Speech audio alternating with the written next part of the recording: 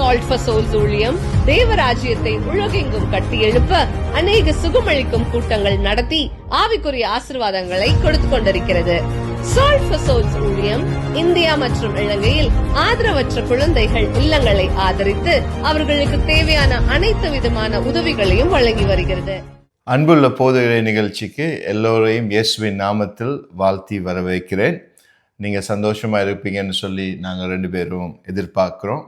கர்த்தர் நல்லவர், ஒருபோதும் உங்களை கைவிட மாட்டார், ஒருபோதும் உங்களை புறம்பே தள்ள மாட்டார். அவர் தாய்க்கும் மேலாக எங்களை நேசிக்கிறவர், தந்தைக்கும் மேலாக எங்களை சுமக்கிறவர்.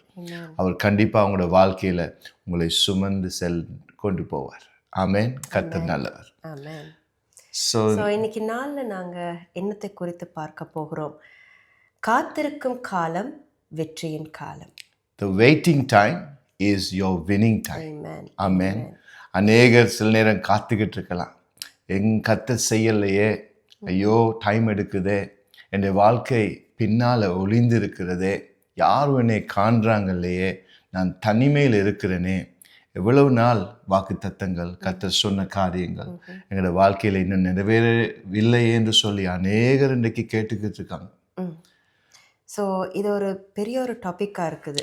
ஸோ இன்றைய தினத்தில் மாத்திரமல்ல, இந்த டாபிக் வருகிற கிழமைகளிலும் இந்த டாப்பிக்கில் கர்த்தர் நிறைய காரியங்களை எங்களுக்கு கற்பித்துள்ளார். அதை நாங்கள் உங்களோட ஷேர் பண்ண போகிறோம். ஸோ ஆவியானவர் எங்களோடு கூட இடைப்படுவார்னு சொல்லி நாங்கள் விசுவாசிக்கின்றோம். தாவீதின் வாழ்க்கையை குறித்து தான் இந்த டாப்பிக்கில் கர்த்தர் கூடுதலாக எங்களோடு கூட பேசின காரியம். ஸோ தாவீது சொல்லும் பொழுது, தாவீது இருந்த நிலையிலிருந்து சுமாராக எல்லாவற்றையும் செய்து ஒரு ராஜாவாக வரவில்லை. அவர் ஒரு கடினமான ஒரு பாதைக்குள்ள கடந்து சென்று தான் ஒரு ராஜாவான நிலைமைக்கு அவர் வந்தார். ஸோ இங்கிலீஷ்ல பார்த்தோம்னு சொன்னா அந்த வேர்ட் சொல்லுவாங்க ரிஜெக்டட். ஜீசஸை பார்த்தோம்னு சொன்னா he was rejected. தள்ளப்பட்ட கல். ஜோசப்பை பார்த்தோம்னா he was rejected. எல்லா இடத்துலையும் ஒரு ரிஜெக்ஷன் நடக்குது. தாவீது ராஜாவின் வாழ்க்கையிலும் கூட அந்த ரிஜெக்ஷன் வீட்டிலேயே நடக்குது. 8 பேர் இருக்கிறாங்க, ஆனா 8லையும் அவர் வீட்டில் காணப்படலை. ஸோ அவருடைய வாழ்க்கையில் பார்க்க போனோன்னு சொன்னால், அவர் ஒரு ஆடுகளை மேய்க்கிறவராகத்தான் காணப்பட்டார். அவர் வீட்டிலேயே அவர் இருந்த ஒரு பிள்ளையாக காணப்படவில்லை. உண்மையாக சொல்ல போனால், கடைசியாக பிறக்கிற ஒரு மகனை பார்த்தோன்னு சொன்னால் அவரை என்ன செய்வாங்க, செல்ல பிள்ளையாக எல்லாரும் வளர்ப்பாங்க இல்லையா? ஆனா தாவீது தாவீதுடைய வாழ்க்கையில அப்படி நடக்கல. அவர் யுத்தத்துக்கு அனுப்பல, அவளை ஒரு பலசாலியாக அவர் காணப்படவில்லைன்னு தான் எல்லாருமே பார்த்தாங்க. அவரை ஆடுகளை மேய்த்து கொள்ளலாம், இதுதான் அவருக்குரிய பலன் அப்படின்னு தான் அவர் ஒரு இட போட்டு அவரை தப்பு கணக்கு போட்டு அவங்க நடத்தினாங்க. ஸோ இந்த ஆடுகளை மேய்த்து கொண்டிருக்கும் காலத்துல கூட பார்த்தீங்கன்னு சொன்னா, அது ஹிடனாக தனிமைப்படுத்தப்பட்டும் வளர்க்கப்பட்ட காலம். கர்த்தராலே தாவீது வளர்க்கப்பட்ட ஒரு காலமாக இருந்தது. சில நேரம் உங்களோட வாழ்க்கையிலையும் கூட நீங்க தனிமையில வளர்க்கப்பட்டு இருக்கலாம். நாங்க நினைக்கிறோம் மறைவா இருக்கிறதுனால நாங்க இந்த உலகத்துல வெற்றி பெறவில்லைன்னு சொல்லி. என்ன, நான் சபைக்கு போறேன், இயேசுவை நான் பின்தொடர்றேன், ஏன் இந்த வாழ்க்கை ஒவ்வொரு நாளும் பார்த்தா பிரச்சனை, எத்தனையோ வாக்குத்தத்தம் இருக்குது ஆனாலும் பிரச்சனை என்று சொல்லி நான் பின்னால தானே இருக்கிறேன், சபையில பின்னால இருக்கிறேன், வேலையில பின்னால இருக்கிறேன், எடுக்கிற முயற்சியில நான் பின்னால இருக்கிறேன், இந்த வாழ்க்கையில விடுதலை இல்லையே, வெற்றியே இல்லையே என்று சொல்லி புலம்பிக்கிட்டு இருக்கலாம். நிறைய பேர் தனிமைப்பட்டும் அவர்கள் காணப்படலாம், யாருமே இல்லை சொல்றதுக்கு. இப்போ தாவீதை பார்த்தீங்கன்னு சொன்னா, அவர் ஆடுகளை மேய்த்து கொண்டிருக்கும் போது அவரோட கூட துணைக்கு யாருமே இருக்கல. அவருக்கு துணையா இருந்தது ஆடுகள் மாத்திரம்தான். அவருக்கு தெரிந்ததெல்லாம் ஆடுகளை எப்படி நடத்தலாம், ஆடுகள் எப்படி நடத்தப்பட வேண்டும், எப்படி ஓநாய்களிடத்தில் இருந்து, சத்துருவின் கரத்தில் இருந்து எப்படி இந்த ஆடுகளை நான் காப்பாற்றலாம், இதுதான் இரவும் பகலும் தாவீதின் நோக்கமா இருந்தது, பேச்சாக இருந்தது, மூச்சாக இருந்தது. எல்லாமே இதை ஒரு குறுகிய வட்டத்துக்குள்ளதான் காணப்பட்டது. அது மாதிரிதான் இன்னைக்கு நிறைய பேர் இருக்கலாம், ஒரு குறுகிய ஒரு வட்டத்துக்குள்ள, ஒரு சர்க்கிள், உங்களுக்கு சுத்தி ஒரு சர்க்கிள் நீங்களே வரைந்திருக்கலாம். இதுதான் என்னுடைய சர்க்கிள், இதுதான் என்னுடைய வாழ்க்கை, இனிமேலும் இதுக்கு மேல நான் நினைத்து பார்ப்பதற்கு ஒன்றுமே இல்லை, இதுதான் இவ்வளவுதான், இது இவ்வளவுதான் என்ற வாழ்க்கையை அடங்கிட்டுன்னு சொல்லி நீங்களே உங்களுக்கு ஒரு சர்க்கிளை போட்டு ஒரு வாழ்கிற ஒரு மகனாக இருக்கலாம் அல்லது ஒரு மகளாக இருக்கலாம். ஆனால் கர்த்தர் இந்த நாளில் உங்களோடு கூட பேசுகிறார்.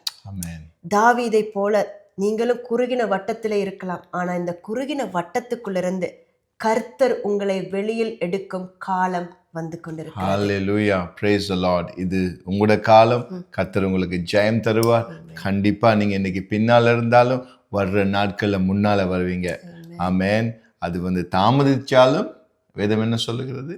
ஜெயம் தாமதித்தாலும் ஜெயம் நிச்சயமாக வரும். ஹல்லேலூயா, கண்டிப்பா. ஹல்லேலூயா.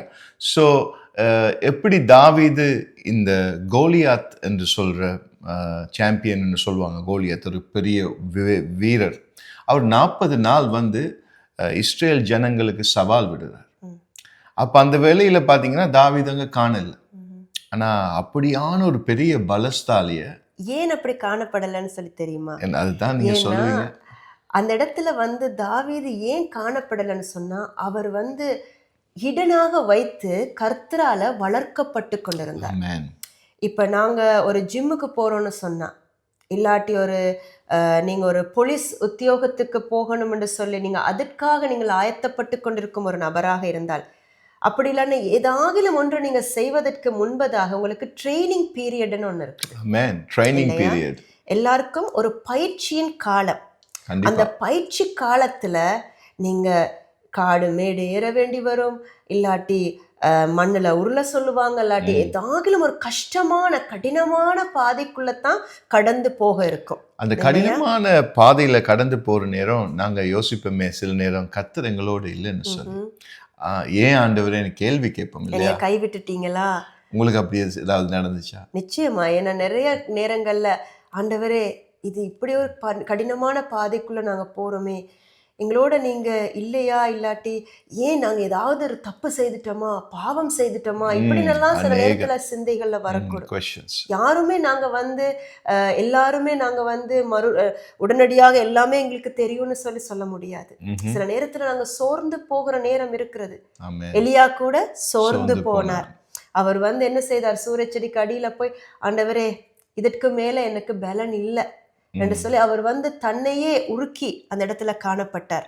ஆனாலும் கர்த்தர் என்ன செய்தார்? எலியாவே நீ எழுந்து புறப்படு, நீ எழும்பி போக வேண்டிய காலம் வெகு தூரம், நீ வெகு தூரம் நீ போக வேண்டி இருக்கிறது எலியாவே, நீ சாப்பிட்டு புஷ்டியாயிருந்து நீ எழும்பி புறப்படுன்னு சொல்லி கர்த்தர் எலியாவை பலப்படுத்தினார். அவரே ட்ரைனிங் கொடுக்கிறார். அந்த இடத்துல அவரே எல்லா பயிற்சிகளையும் அவர் கொடுக்கிறார். அப்படித்தான் தாவீதுடைய வாழ்க்கையிலும் அவர் மேய்ப்பரா இருக்கும் பொழுது ஆடுகளுக்கு அவருக்கு அது ஒரு பயிற்சியின் காலம் இல்லையா? நீங்க பாத்தீங்கன்னு சொன்னா சிங்கத்தை கூட ஒரு தனி மனிதனாக நின்று வெற்றி கொள்ளுவதற்கு அவர் எவ்வளவு தூரம் ஒரு பயிற்சி மாத்திரம்னு சொல்ல முடியாது, தேவனுடைய பலன். கோலியாத்தை மேற்கொள்றதுக்கு தேவனுடைய பலன். உங்களோட தரிசனத்தை நீங்க பெற்றுக்கொள்றதுக்கு, உங்களோட வெற்றியை நீங்க காண்கிறதுக்கு தேவனின் பலன் அவசியம். உலகத்தின் பலன் இல்லை, தேவனின் பலன் அவசியம். தாவீது பின்னால இருந்து அந்த கரடியையும் அந்த லயனையும் சிங்கத்தையும் அவன் சொந்த கையால ஏன் அப்படி செய்தான்? ஆடுகள் மேல ஆசை, ஆதரவு, அன்பு. ஏன்? அப்பாவி நாடு. ஆனா அவன் இந்த தனிமையிலையும் அவன் தேவன் யார் என்று சொல்லி அவன் அறிந்திருந்தான். அந்த இடத்துல நீங்க சொல்லும் பொழுது ஒன்றை குறித்து நான் பார்த்தேன். என்ன? அவர் ரொம்ப ஊக்கமா அந்த ஆடுகளை கவனித்தார்னு நீங்க சொன்னீங்க. ஸோ அந்த இடத்துல நீங்க பார்க்கக்குள்ள கர்த்தர் இந்த காலகட்டத்துல உங்களோட கையில எண்ணத்தை கொடுத்திருக்கிறார். உங்களை நம்பி எதை கர்த்தர் உங்கள் கரத்திலே கொடுத்திருக்கிறார். ஊழியமாக இருக்கலாம், தொழிலாக இருக்கலாம், குடும்பமாக இருக்கலாம், அல்லது யாரையோ எதையோ உங்களோட கையில ஒரு பொக்கிஷமாக கர்த்தர் உங்களோட கரத்துல கொடுத்திருக்கலாம். இதை குறித்து நீங்க என்ன நினைக்கிறீங்க? அன்றைக்கு தாவீது அற்பமாக ஏனோ தானோ என்று அந்த ஆடுகளை மேய்த்திருந்தால் அந்த ஆடுகள் தாவீதின் சத்தத்தை அறியாதிருந்திருக்கும். ஆனால் தாவீது அதை ஒரு தன்னுடையதாக எடுத்து அந்த ஆடுகளை மேய்த்தது நிமித்தம் கர்த்தர் அவரை ஒரு ராஜாவாக மாற்றினார். இல்லையா? மனிதர்களை நடத்தும் அளவுக்கு. மேய்க்க என்று சொல்லலாம், மேய்க்கிறதுன்னு சொல்றது சரியில்லை, வழிநடத்தும் அளவிற்கு. அல்லேலூயா. ஆடுகளை மேய்த்தவர் மனிதன்களை ஆளுகை செய்து வழிநடத்தி ஒரு தலைவராய் ஒரு ராஜாவாய் இருக்கிறார். ஆனா அந்த ட்ரைனிங் இந்த ஆடுகளை மேய்க்கிறதுக்கு இது போலியா செய்யல, இந்த ராஜா ஆகணும்னு அவர் செய்யல. அவருக்கு அந்த நேரத்தில் அவர் தெரியாது, அவர் ராஜாவாக போறதை குறித்தே அவருக்கு தெரியாது. எஸ், அந்த நேரத்துல சாமுவேல் வர்ற நேரம் அவர் வீட்டுல காணல, மற்ற 7 பேர் இருந்தாங்க. சாமுவேல் கேட்டார், உங்களுக்கு இன்னொரு மகன் இருக்குதான்னு சொல்லி, இருக்கிறான்னு சொல்லி தான் அந்த நேரம் தான் அவங்க கூப்பிட்டு எடுக்கிறாங்க. ஸோ அதே மாதிரி தான் உங்களோட வாழ்க்கையிலும் கூட கர்த்தர் வச்சிருக்கிற தரிசனத்தை அடையணும்னு சொன்னா இன்னைக்கு உங்களோட கையில என்ன இருக்குன்னு பார்க்கணும். அற்பமா என்ன கூட கர்த்தர் கொடுக்கறது கையில, சின்ன ஊழியமா இருக்கலாம், சின்ன தொழிலா இருக்கலாம், நீங்க மறைவில் அந்த தொழிலை செய்யலாம், அந்த பொறுப்பை நீங்க யாருமே உங்களை பார்க்குறாங்கல்ல, ஆனா அந்த பொறுப்புக்கு நாங்க உண்மையா இருக்க வேண்டும். குடும்பத்துல நீங்க மனைவியாக இருக்கலாம், அற்பமாக எண்ணாதீங்க, நான் வீட்டு வேலையிலையா செய்து கொண்டிருக்கிறேன், நான் வெளியில எந்த ஒரு வேலைக்கும் போகலையேன்னு சொல்ல நீங்க உங்களையே அற்பமாக எண்ணிக்கொண்டிருக்கலாம். ஆனா தேவன் சொல்லுகிறார், அந்த குடும்பத்தையே நடத்தி கொண்டு போகிறதுக்குரிய ஞானத்தையும் கிருபையும் நான் உன் கரத்திலே தந்திருக்கிறேன். சோ நீங்க அந்த குடும்பத்துக்காக ஜெபிக்கும் ஜெபம் நிச்சயமாக கர்த்தர் கேட்பார்.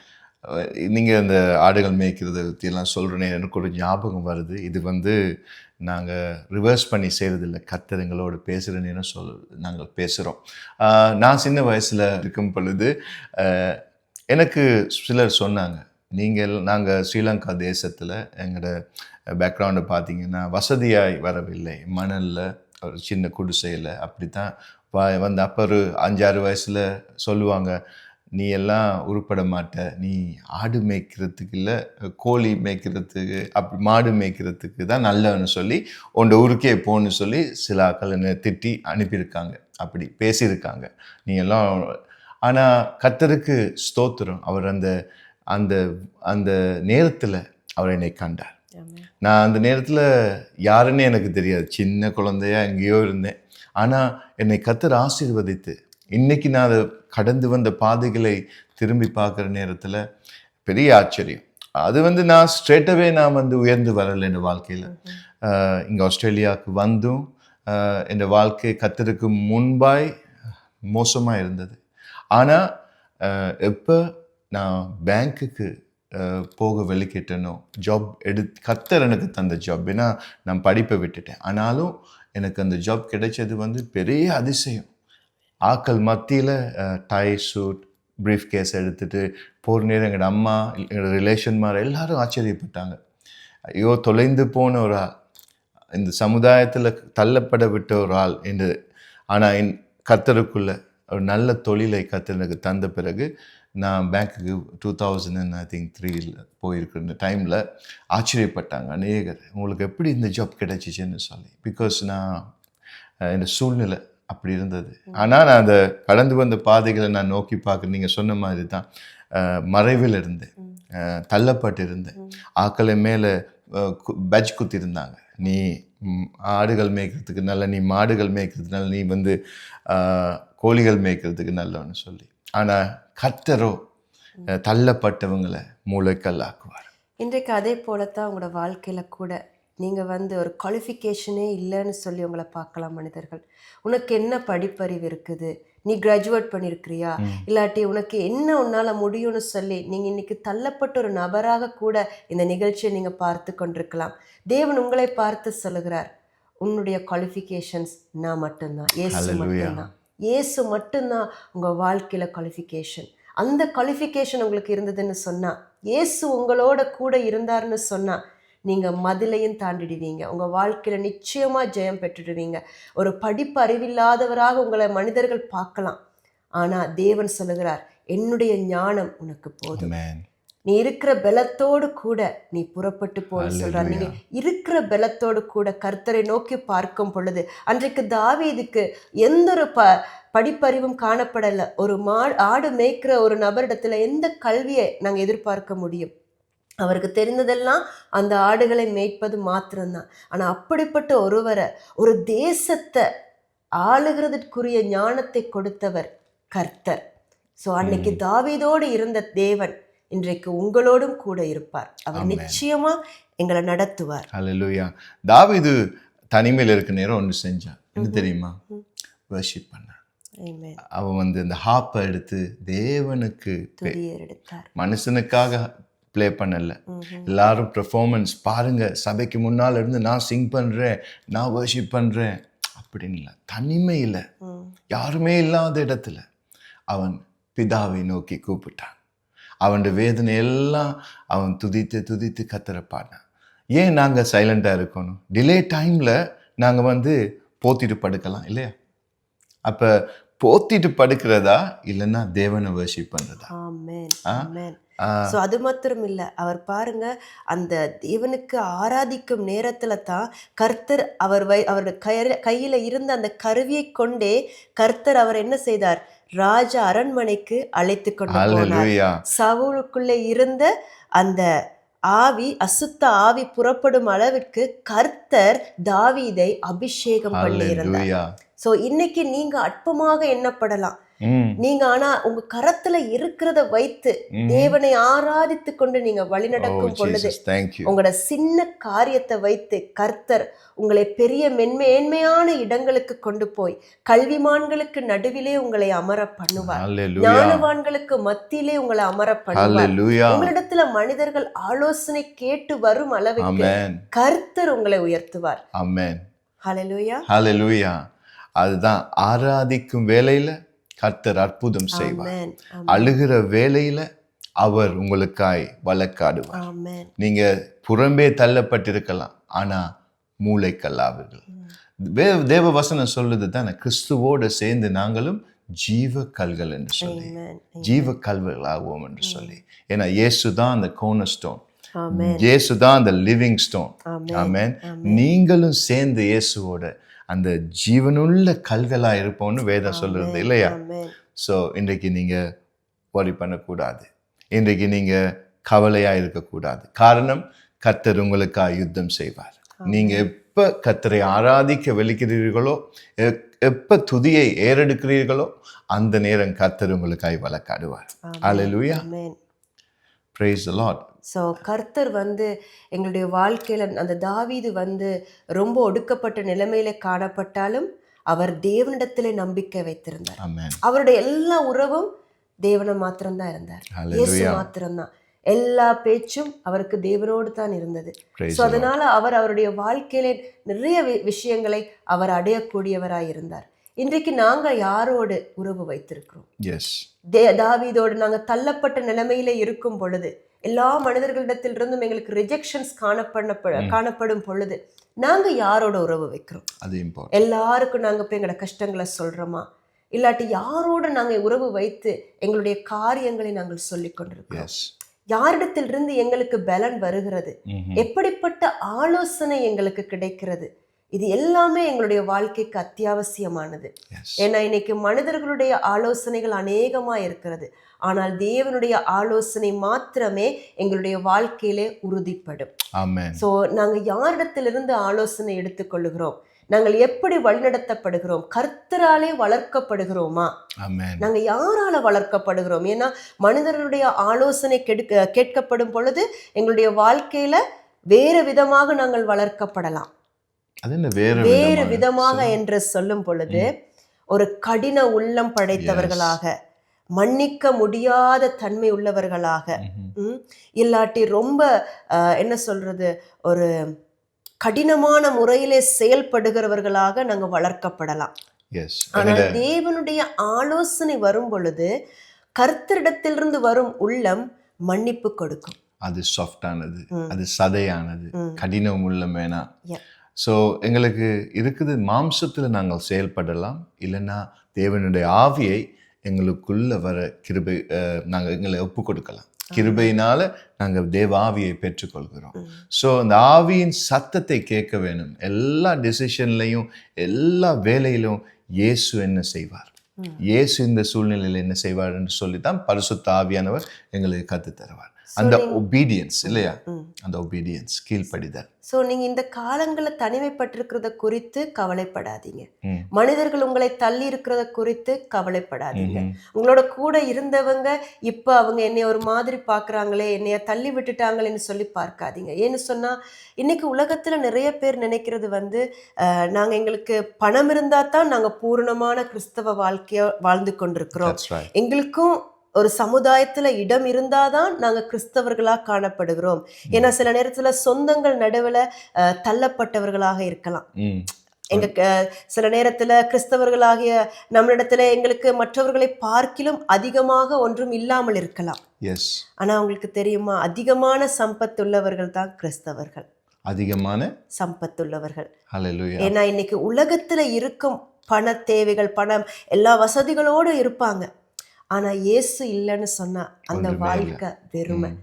ஏன்னா இயேசு இருக்கிறவன் தான் ஒரு நாளைக்கு பரலோக ராஜ்யத்தை சுதந்திரித்துக் கொள்வார். அநேகர் நீங்க சொன்ன மாதிரி அநேகர் நினைக்கிறாங்க, நாங்க கிறிஸ்தவங்கன்னா சபையில நான் வர்ஷிப் பண்ணணும், நான் வந்து ப்ரீச் பண்ணணும், நான் இந்த ஊழியம் செய்யணும், அந்த ஊழியம் செய்யணும், கிறிஸ்தவன் ஆகணும்னே என்ன நான் செய்யலாம் கர்த்தருக்குன்னு சொல்லி சில வைராக்கியம் ஆக்களுக்கு உண்டாகும். ஆனா உண்மையான நீங்க சொன்னீங்க முந்தி இந்த ட்ரைனிங் பீரியட்னு சொல்லி கர்த்தரோடு உறவாடி கிட்டி சேரி அவருக்குள்ள நாங்க உருவாகும் பொழுது எங்களோட காலிங், எங்களை ஏன் கர்த்தர் அழைச்சார், பர்பஸ் எல்லாம் எங்களுக்கு தெரியும். அப்படி போற நேரத்துல உபத்திரம் உண்டு, கல்லடிப்பாங்க. சொல்லுவாங்க நல்ல கனி கொடுக்கும் மரத்துக்கு கல்லறிவாங்க. ஸ்ரீலங்காவில எல்லாம் பார்த்தீங்கன்னா மாங்காய் மரத்துக்கு இந்த பாய்ஸ் வந்து சின்ன காலத்துல நான் கல்லடிப்போம். ஏன் மாங்காய் காய்ச்சி இருக்குது. அதே மாதிரி உங்களுக்கு அநேகர் கல்லடிப்பாங்க, அநேக ரிஜெக்ஷன்ஸ் வரும். கர்த்தரால் தெரிந்து கொள்ளப்பட்டவங்களுக்கு தான் அநேக ரிஜெக்ஷன்ஸ். மனிதர்கள் உங்களை ரிஜெக்ட் பண்ணுவாங்க. கூட இருக்கிறவங்கள தாவீதை போல உங்களை தள்ளி விட்டுருவாங்க. ஜோசப்பை போல ஜோசப்பை குழியில போட்டாங்க. அதே மாதிரி கர்த்தரால் இன்னைக்கு நீங்க பின்னால இருக்கலாம், உங்களோட வாழ்க்கை வந்து இன்னும் உயரல, உங்களோட வாழ்க்கையில இன்னும் செழிப்பை நீங்க காணல. ஆனா காத்திருங்க. அந்த செழிப்பு என்று சொல்றது வந்து கர்த்தரால உருவாக்கப்பட்டு அவருடைய ஊழியத்துக்குன்னு கர்த்தர் உங்களை உயர்த்துவார். ராஜாக்கள் மத்தியில கூட உங்களை வழி நடந்து செல்லுவார். அதனால நீங்க ஆசைப்படக்கூட நான் போகணும், இப்ப நாங்க போகணும், மற்றவங்க போறாங்களே இப்ப நாங்க இல்ல, காத்திருக்கணும், பொறுத்து இருக்கணும், கர்த்தருடைய கரத்துல நீங்க அடங்கி இருக்கணும், அவர்களால் உருவாக்கப்படணும். கர்த்தர் அந்த நாள்ல உங்களை அனுப்புவார். எப்படி அந்த தாவீது அப்பா அந்த நாள் வரைக்கும் தாவீது என்ன செய்தார்? தாவீதை வந்து 40 நாட்கள் கோலியாத் வந்து 40 நாள் இரவும் பகலும் அவர் வந்து சவால் விடுகிறார். யார் என்னோடு கூட வந்து என்னோட யுத்தம் பண்ணுவேன்னு சொல்லி கோலியாத் சவால் விடுகிறார். ஆனா அந்த நேரத்துல எல்லாம் தாவீது வந்து ஆடுகளை மேய்க்கத்தான் அவர் காணப்பட்டார். அவர் ஆடுகளை தான் அவர்கிட்ட மேய்த்து கொண்டிருந்தார். அவருடைய டைம் அந்த நேரத்துல வரல. சகோதரங்கள் எல்லாருமே அங்க யுத்த கலையில ரெடியா இருக்கிறாங்க. யாருக்குமே தைரியம் இல்ல, தைரியம் இருக்கல முன்னுக்கு போகலான்னு சொல்லி. அப்ப கர்த்தரோடு இருக்கிறவருக்கு தான் தைரியம் இருக்கும். அல்லேலூயா. அந்த தைரியம் ஒரு நாள் உங்களை கொண்டு போகும். ஏன் தைரியம் வந்து என்னல இல்ல, என்னுடைய பலத்துல இல்ல, கர்த்தரோட பிரசன்னத்துல இருக்கு. அல்லேலூயா. சோ இந்த நாள்ல நாங்க இந்த எபிசோட்ல நாங்க பார்க்க போறோம் ரிஜெக்ஷன். தள்ளப்பட்ட கல் கர்த்தருடைய பாதத்திலே மூளைக்கல்லாக மாறப்போகிறது. அதை குறித்த ஒரு வசனத்தை நாங்கள் பார்த்து தேவனிடத்தில் நாங்கள் ஜெபிப்போம். 1 பேதுரு 2:4 மனுஷரால் தள்ளப்பட்டதாயினும் தேவனால் தெரிந்து கொள்ளப்பட்டதும் விலையேற பெற்றதுமாயிருக்கிற ஜீவனுள்ள கல்லாகிய அவரிடத்தில் சேர்ந்தவர்களாகிய நீங்களும்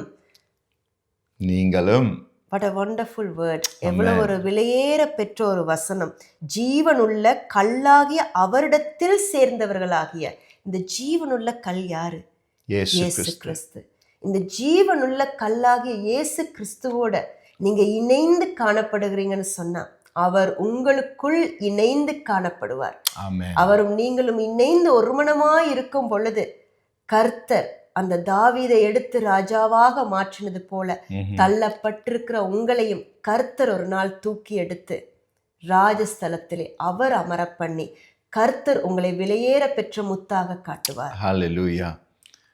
Praise the Lord. Next week நாங்கள் உங்களை சந்திப்போம். இதை கண்டினியூ பண்ணுவோம். கர்த்தர் எங்களோடு மீண்டும் பேசுவார் இந்த டாப்பிக்கை வைத்து. எங்களோட சேனலுக்கு நீங்கள் சப்ஸ்கிரைப் பண்ண இல்லாட்டி நீங்கள் சப்ஸ்கிரைப் பண்ணி நோட்டிஃபிகேஷன்களை பெற்றுக்கொள்ளலாம். இமெயில் மூலமாக உங்களுக்கு வரும். சால்ட் ஃபார் சோல் என்று சொல்கிற யூடியூப் சேனலை நீங்கள் பார்க்கலாம்.